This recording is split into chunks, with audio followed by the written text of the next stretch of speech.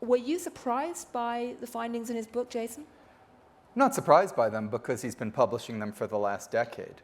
But for the economics profession as a whole, I think they have been quite a surprise. We relied mostly on census data before he came along. Census data asks you what your income is. If your income, it used to be 100,000, now it's 250, is above that, they just quote it as 250 plus. And you miss an enormous amount about what's going on in the economy, what's going on in inequality, if when somebody's income rises from 1 million to 2 million, that gets recorded as stayed at 250 plus to 250 plus. And what he did, he was one of the first 2 economists to do this, was to look at tax data. And your tax returns say everything about your income. You can't look at people's individual ones, but you can look at averages of them. And that was enormously illuminating. The other enormously illuminating thing that he did, and the strength of the book, is that rather than the conversation we just had about what was happening in the first quarter and was the May jobs report good or bad, he talks about two centuries of data. Yeah. And economic forecasters often try to tell you the next quarter, the next year. His book includes a forecast of the next century.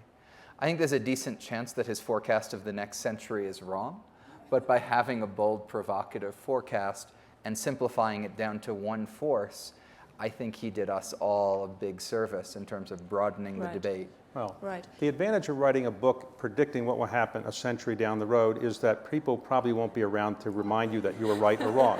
So it's a very tempting thing to do. And I would like to do that myself. I think that most people who are worried about income inequality today are focused on 2 things.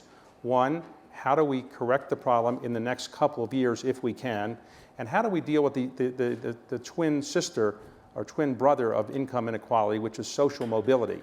Income inequality is one problem, and I'm not sure that can be solved so quickly, but the problem of social mobility is a serious one as well. That is to say, people at the bottom of the economic totem pole not feeling that they can get above their economic surroundings that they were born into, more or less, or educated at a certain level. So that is a big problem. The gap between social mobility is now getting bigger and bigger than it's been. In other words, people who are blue-collar workers or who have children who grew up in blue-collar families no longer feel as much as they did years ago that they can get to the upper economic strata.